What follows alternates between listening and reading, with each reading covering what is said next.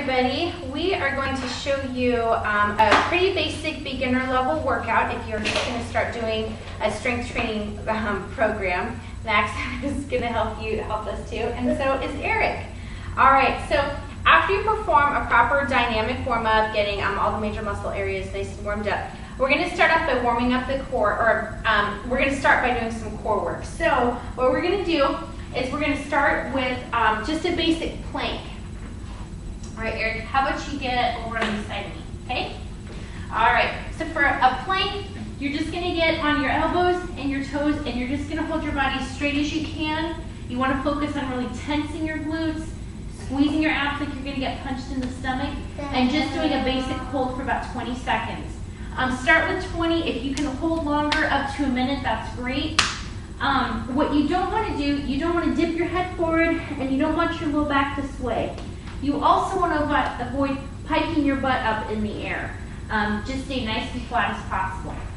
So once you're done there, we'll go into what's called bird dogs, opposite arm leg reach. Okay, are you ready, Eric? All right, you want to think of forming a box. Your shoulders are right over your wrists. Your knees are right under your hip bones, so they're just a few inches apart. And we'll first start off by extending one leg and really squeezing the glute of the extended leg, basically your butt. And then you're going to extend the opposite arm. So I'm extending my left arm and my right leg. And think more of reaching and lengthening as opposed to lifting up. Think more length here. And you'll just hold that core nice and still, and you'll switch sides. So now lifting right arm and left leg. And I have a little extra resistance here. And you're just going to go at a nice steady pace, trying to keep your core as still as possible. Good job, Eric. So imagine you're balancing a super hot cup of coffee here on your lower back towards the base of your spine, and you don't want to spill it. So when you lift, you don't want to be shifting and moving those hips around everywhere. You want to stay nice and still. Just think of moving at the shoulder joint and at the hip joint. Good job, buddy. All right, so that would be your first superset. Perform, if you're just starting off, 1 to 2 rounds of each of those, and then rest for about a minute. Now the next exercise, okay guys, can you move out of the way? We're going to do box squats and some band rows. All right, so you can come over here, Eric. So for a squat, make sure your feet are wider than hip width apart, toes pointing straight forward. You're going to sit up nice and tall. Reach those arms out in front of you. Drive through the heels to stand up and squeeze your hips. Now when you sit down, push those hips back. Can you move that way a little bit just so they can see you do the exercise, right, Eric? Okay, hang on, Max. So you're just going to stand up, squeeze your butt and thighs, push those hips back, and don't unload from the legs. Keep the tension in the legs. Imagine you're just hovering above the seat. So you're touching, but you're not just plopping down on it. Nice and controlled. So once we get going, right here, Maxim's going to make sure I'm not sitting up too far or sitting back too far and cheating.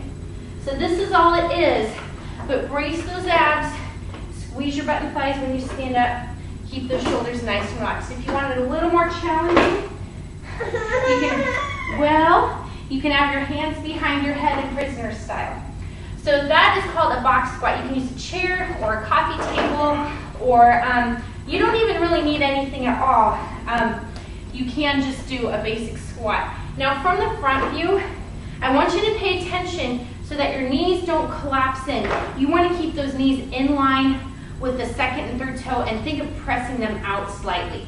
That way they don't collapse in. That's going to give you some more glute activation, and you'll just do it more correctly that way. Then the next exercise is a band row. I just like to take... Really good. Which you're good at what? Okay. Yep. Let me demo this first, okay? So you can just stand on a band and really push those hips back nice and flat. Make sure you're not rounding. And just pull. You can alternate sides. Pull? Really, yep. Pull. Or you can do both sides at the same time. Initiate from the shoulder, meaning don't just bend the elbow and pull. Pull those shoulder blades towards your spine a split second before you start bending that elbow. That way you really get good contraction in your upper back, right in between those shoulder blades. So that is your band row. If you don't have a band. What you can even do is get into a push-up position and just do a body weight row. So Eric, you can practice those now. So you're in a push-up, get those feet nice and wide, and just do the motion and really squeeze your back. All right? You can also do that on your knees to make it a little bit easier. All right, so that's your row. If you are doing it bent over, just make sure you're not rounding your back. Chest out, push those hips back. Okay, and then our last two exercises are going to be a split squat variation and then an incline push-up. So for a split squat, you're going to stand with your feet, I'll demo this way. Stand with your feet about hip bone width apart, and then just take a big step straight back. So you can see there's a little bit of distance between my feet width-wise. Now, from a side view, big step back. A way that you can figure out if you're correct distance this way is getting up from a kneeling position, 90 degrees in this knee, 90 degrees in your back knee. Curl that back foot under the toes, and then press up. And then from here, you're just going to go straight down, straight up. Whoa, almost lost my balance there. Straight down, straight up. Chest is lifted nice and tall. Press from your front heel. That back heel doesn't touch the floor. Nice and controlled, and we don't even need to straighten this knee. We don't need to lock it out. Just keep a nice soft bend in it. So some mistakes that you'll see here, people moving forward and not bending that back knee, that happens when your feet are too close together. Then you don't have any room to go. Eric, stop. That's why it's important that you get that foot way back.